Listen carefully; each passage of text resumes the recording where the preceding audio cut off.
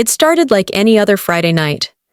We were at Jake's house, sprawled across his basement, with greasy pizza boxes open on the table, and the hum of video game sound effects filling the room. The usual crew was there: Jake, Ryan, Mark, and Matt. We had been friends since high school, though our dynamics hadn't changed much over the years. Some of us were louder, some more reserved, but we all clicked in our own way. Matt had always been the quiet one.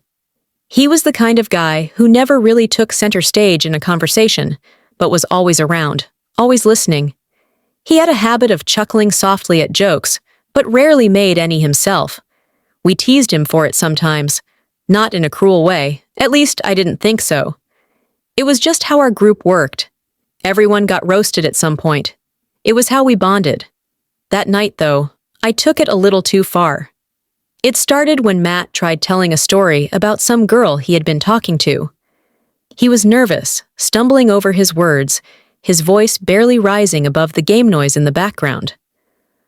I don't know what got into me, but I interrupted him, exaggerating the way he spoke, dragging out my words with a fake stutter. It was stupid, childish. The guys laughed, loud, genuine laughter that bounced off the basement walls. Even Matt smiled, but there was something off about it. His lips curled up, but his eyes didn't. I should have stopped. I should have backpedaled, thrown him a lifeline, maybe even apologized. But the energy in the room was high, and I was caught up in it. So I kept going, making another joke, poking fun at how shy he was, how he could barely talk without tripping over his own tongue. More laughter. Matt didn't say much after that. He just sat back, nodded along to whatever conversation was happening, and after a while, he stood up and said he was heading out early. We barely even acknowledged it. A couple of waves, a muttered, "Later, man," and that was it. I didn't think anything of it at the time.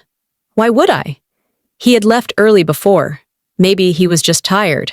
Maybe he had somewhere to be. The next morning, I sent him a text. Nothing serious, just a, "Dude, you good?" When I realized he hadn't said anything in the group chat. No response. By the afternoon, Jake texted me, saying Matt wasn't answering him either. That was weird, but we figured he was just in one of his moods. He had always been a little withdrawn. By Sunday, his mom was calling, asking if we had seen him, if we knew where he might be. Her voice was shaking. I could hear it through the phone, the tight panic she was trying to hold back. That was when the unease in my gut really settled in. By Monday, the police were involved. By Tuesday, his face was on missing person posters. By Wednesday, they found his car parked near the bridge. And now, I can't stop replaying that night in my head. I keep seeing the moment his face fell, the way his fingers tapped restlessly against his knee after I made fun of him. I keep hearing the way his voice had softened after the laughter died down. "Yeah, man. Guess I'm just bad at talking," he had said with a half smile, like he was laughing at himself. And I had let it happen. I had laughed. I don't know if what I said was the reason. Maybe it was just one of many things that had been weighing on him. Maybe he had been struggling long before that night, and my words were just another stone added to the pile. But maybe, just maybe, if I had been a better friend, if I had checked in, if I had noticed how he really felt, if I had told him we weren't laughing at him, but with him, that we cared, that he mattered, maybe things would have been different. Maybe he would still be here, but he's not. And now, I don't know how to live with the weight of that.